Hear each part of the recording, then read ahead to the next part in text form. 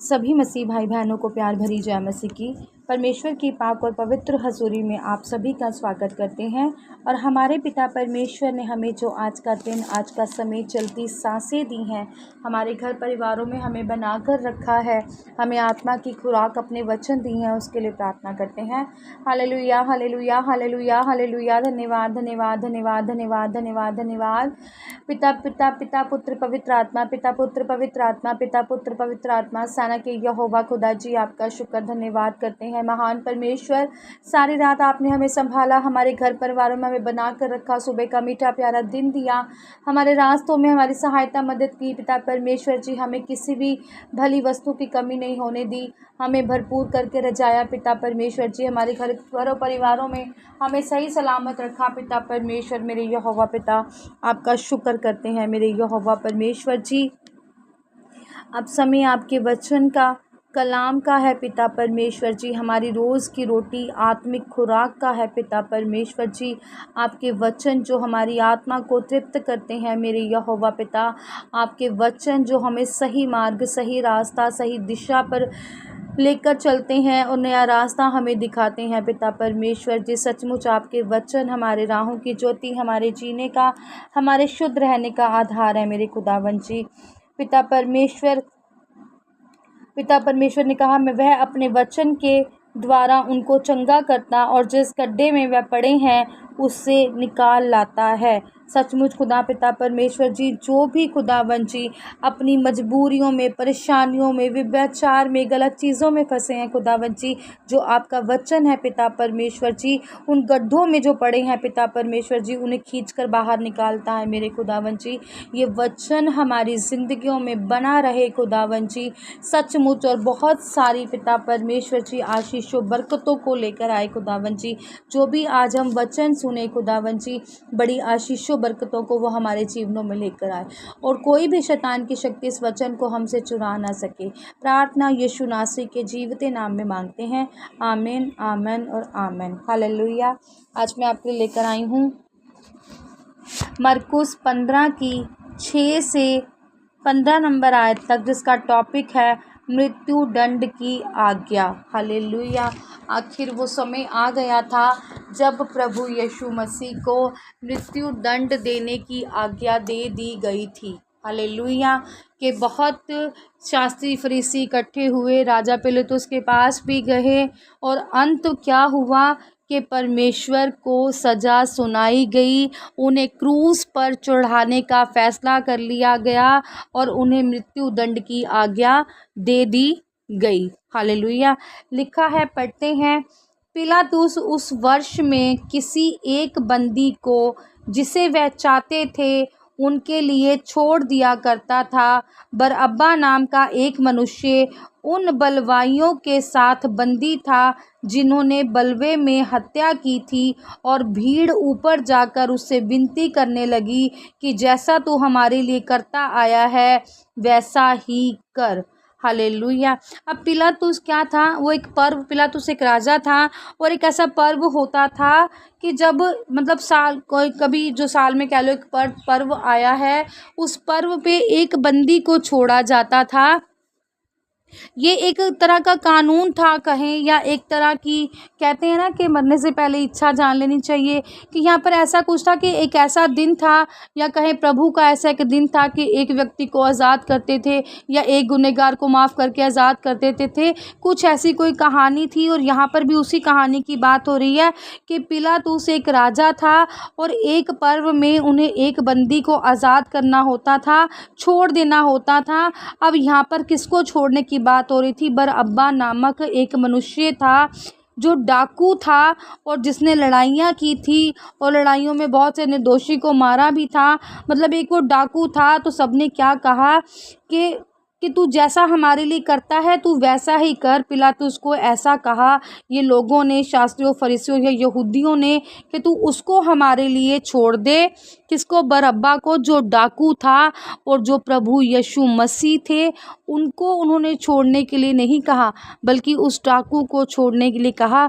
ये दुनिया के उस टाइम पर व्यवस्था और नियम कानून थे। ये यहूदियों ने ऐसा किया या फरीसी शास्त्रियों ने ऐसा किया कि उन्होंने एक डाकू को छोड़ने की तो अनुमति मांगी, पर परमेश्वर के पुत्र को नहीं। हालेलुया। उन्होंने पिलातुस से कहा कि जैसा तू हमारे लिए करता है वैसा ही कर, अपना नियम कानून बदलियो मत, और हमारे लिए तो किसको छोड़, बरअब्बा जो डाकू था उसको छोड़। हालेलुया। पिलातुस ने उनको उत्तर दिया, क्या तुम नहीं चाहते कि मैं तुम्हारे लिए यहूदिया के राजा को छोड़ दूं? क्योंकि वह जानता था कि प्रधान याजकों ने उसे ढा से पकड़वाया था, परंतु प्रधान याजकों ने लोगों को उभारा था कि वह बरअब्बा को ही उनके लिए छोड़ दे। अब जो राजा पिलातुस था वो जानता था कि शास्त्रियों फरीसियों ने परमेश्वर को झूठ से पकड़वाया था, धोखे से पकड़वाया था। प्रभु यीशु मसीह ने इतने चिन्ह चमत्कार किए थे, सभी जानते थे कि प्रभु यीशु मसीह भगवान हैं या प्रभु यीशु मसीह उद्धार करता है, पर सभी ने क्या किया था, परमेश्वर का इनकार किया था। हालेलुया। और लिखा भी है, यूहन्ना 1:11 में लिखा है, वह अपने घर आया और उसके अपनों ने उसे ग्रहण नहीं किया। आप सभी जानते हैं कि परमेश्वर यहूदियों में पैदा हुए और उनके जो यहूदी लोग थे उन्होंने भी उन्हें स्वीकार नहीं किया, क्योंकि उन्होंने खुद ही अपनी व्यवस्थाएं बनाई हुई थी, क्योंकि उन्हें कई काम प्रभु की नज़र में तो सही थे, और अगर हम देखा जाए तो वो आम दुनिया के लोगों के लिए भी सही थे। जैसे कि सबत का दिन तो बनाया गया था और वो शास्त्रियों फरीसियों ने बनाया था, पर परमेश्वर ने सबत के दिन वाले दिन भी एक जिसका हाथ खराब था उसको परमेश्वर ने कहा कि हाथ बढ़ा, तेरा हाथ चंगा हो गया है, तो परमेश्वर ने उसे चंगा किया। पर ये यहूदियों शास्त्रियों फरीसियों को पसंद नहीं आया था, क्योंकि उनकी अपनी ही व्यवस्थाएं थी जो उन्होंने खुद ही बनाई गई थी। मनुष्य के लिए व्यवस्थाएं बनाई गई थी, व्यवस्थाओं के लिए मनुष्य नहीं बनाया गया था, पर ये शायद वो बात नहीं समझ रहे थे। और एक जो व्यभिचारण औरत थी, आप सभी जानते हैं कि प्रभु ने उसके व्यभिचार करते हुए भी उसे माफ़ किया, पर उन लोगों को ये भी पसंद नहीं था। तो क्या गलत किया अगर परमेश्वर ने किसी पापिन को या किसी व्यभिचार करने वाली को कहा कि जा तेरे पाप क्षमा हो गए, या परमेश्वर ने कह दिया उसको कि जा मैंने तेरे पाप क्षमा कर दिए, तो अपनी ज़िंदगी जी और अब दोबारा से ये काम मत करना। एक बीमार जो बीमारी में पड़ा है, अगर खुदा ने उसे उसकी उस बीमारी से उठा दिया, तो परमेश्वर ने क्या गलत किया। अगर किसी को व्यभिचार करते परमेश्वर ने देखा, और अगर वो परमेश्वर शायद उसे माफ़ ना करते और वो सारी ज़िंदगी व्यभिचार ही करती रहती, तो क्या वो सही था? लोग उसे अपने आगोश में लेते रहते या उसका बस ये सम्मान भी ना करते और वो ऐसे ही ज़िंदगी बिता देती, तो क्या वो सही था? तो परमेश्वर ने क्या बुरा किया अगर उसने एक कोढ़ी के कोढ़ को चंगा कर दिया, उसने उस व्यभिचारिणी को माफ़ कर दिया कि जा तेरे पाप क्षमा हुए। इसमें क्या गलत था? प्रिय भाई और बहनों, परमेश्वर दयालु परमेश्वर थे, दया करने के लिए आए थे, तो परमेश्वर ऐसा क्या बुरा कर रहे थे जो यहूदियों शास्त्री फरीसियों को पसंद में नहीं आ रहा था? क्या था? अगर हमें परमेश्वर ने कहा है कि सबत के दिन ये काम नहीं करना, क्यों अगर कोई सबत के दिन बीमार पड़ा है तो क्यों हम उसको दवाई नहीं दिला सकते? अब हम आज रोज़ा अगर रखते हैं तो क्या हमें इसका हक नहीं है कि हम दवाई खा सकें? चाहे हम, तो परमेश्वर थोड़ी कहा है कि दवाई मत खाओ, परमेश्वर ने कहा है जब रोटी खाओ तब दवाई भी खा लो। ये थोड़ी कहा है कि रोज़ा रखो तो तुम बिल्कुल रोज़ा ही रखो, बेशक मरने की कगार पर आ जाओ पर रोज़ा मत तोड़ना। भला परमेश्वर है, परमेश्वर ने कहा है अगर तुमसे 2 बजे तक रोज़ा रखा जाता है तो 2 बजे तक रखो, 10 बजे तक रखा जाता है तो 10 बजे तक शुरुआत तो करो, अंत तक परमेश्वर खुद ही ले जाएंगे। तो परमेश्वर ने कुछ भी गलत, कुछ भी बुरा नहीं किया था, पर शास्त्री और फरीसी अपनी ही व्यवस्था में थे और वो इन बातों से परमेश्वर से क्या करते थे? जलन करते थे, ईर्ष्या रखते थे, इसीलिए वो नहीं चाहते थे कि परमेश्वर को आज़ाद किया जाए। हालेलुया। पर पिलातुस चाहता था कि परमेश्वर ने अच्छे काम किया है और वो अपने मन में परमेश्वर के लिए सहानुभूति रखता था, पर उसका भी जब ज़ोर नहीं चला, जब भीड़ बार बार चिल्ला रही थी कि तू हमारे लिए बरअब्बा को छोड़, और पिलातुस बार बार कह रहा था कि मैं तुम्हारे लिए यीशु मसीह को छोड़ूं, यहूदी के राजा को छोड़ूं, पर पिलातुस और भीड़ जो थी वो और ज़ोर से चिल्लाकर कहने लगी कि नहीं, बरअब्बा को छोड़, जो तू हमारे लिए करता आया है पहले से वही कर। हालेलुया। भीड़ के आगे अगर कहें तो पिलातुस का भी कोई ज़ोर नहीं चला। हालेलुया। और वो फिर चिल्लाते रहे, बार बार वो चिल्लाते रहे कि उसे क्रूस पर चढ़ा दें, उसे क्रूस पर चढ़ा दे। पिलातुस ने उनसे कहा, क्यों, इसने क्या बुराई की है? परंतु वह और भी चिल्लाए, उसे क्रूस पर चढ़ा दे। तब पिलातुस ने भीड़ को प्रसन्न करने की इच्छा से बरअब्बा को उनके लिए छोड़ दिया और यीशु को कोड़े लगवाकर सौंप दिया कि वो क्रूस पर चढ़ाया जाए। हालेलुया। अब जो वो भीड़ सुनना ही नहीं चाहती थी, भीड़ परमेश्वर को छुड़ाना ही नहीं चाहती थी, जब पिलातुस कहता था कि छोड़ूं, तो वो और ज़ोर से चिल्लाकर कहते थे कि नहीं, इसको क्रूस पर चढ़ा दो, क्रूस पर चढ़ा दो। तो पिलातुस ने भी हार कर यही किया, उसने बरअब्बा को उनके कहने पर छोड़ दिया और यीशु मसीह को कोड़े लगवाकर क्रूस पर चढ़ने के लिए सौंप दिया। हालेलुया।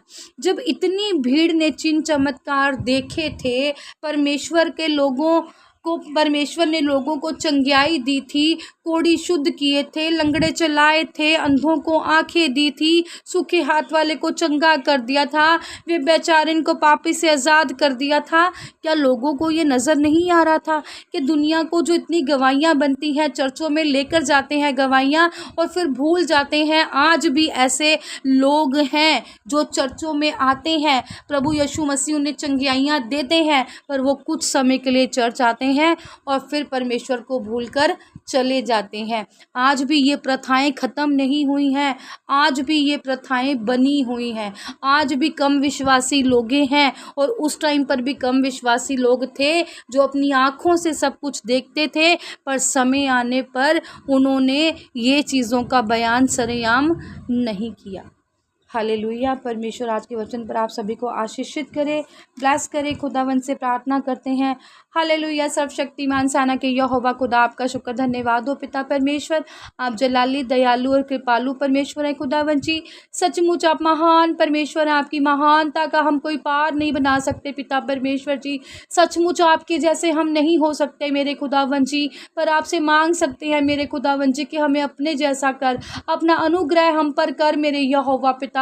हमें भी खुदावन जी पिता परमेश्वर जी अपने दुखों को झेलने की ताकत, शक्ति, बल दे पिता परमेश्वर मेरे यहोवा पिता। हमारे गलतियों गुनाहों से हमें आज़ाद कर, हम पर दया कर खुदावन जी, अपने परिवार पर, अपने घरों पर पिता परमेश्वर जी। आपकी ही मर्जी, आपकी ही दया को सबके लिए मांगते हैं खुदावन जी। जितने भी जन आपकी हजूरी में वो सब आशीषित और ब्लेस हैं खुदावन जी, और आपकी मर्जी इनके घर परिवारों, बच्चों पर, बूढ़ों पर, बुजुर्गों पर पिता परमेश्वर जी पूरी हो। आपकी दया, आपकी आशीष और बरकत मिले। प्रार्थना यीशु मसीह के जीते नाम में मांगते हैं। आमीन, आमीन और आमीन। आज की इस प्रार्थना सभा को सुनना आप सभी के लिए आशीष और बरकत का कारण बने। अगर आप भी सिस्टर मनप्रीत के साथ अपने परिवार की समस्याओं से संबंधित किसी भी प्रकार की बात करना या प्रार्थना करवाना चाहते हो, तो इस नंबर 6280896731 पर कॉल करके या व्हाट्सएप पर मैसेज करके अपनी प्रेयर रिक्वेस्ट को लिखवा सकते हैं। प्रेयर लाइन पर कॉल करने का समय सुबह 8 बजे से शाम 8 बजे तक का है। कृपया करके सुबह 8 बजे से पहले और शाम 8 बजे के बाद कॉल ना करें। धन्यवाद। सभी को प्यार भरी जय मसीह की।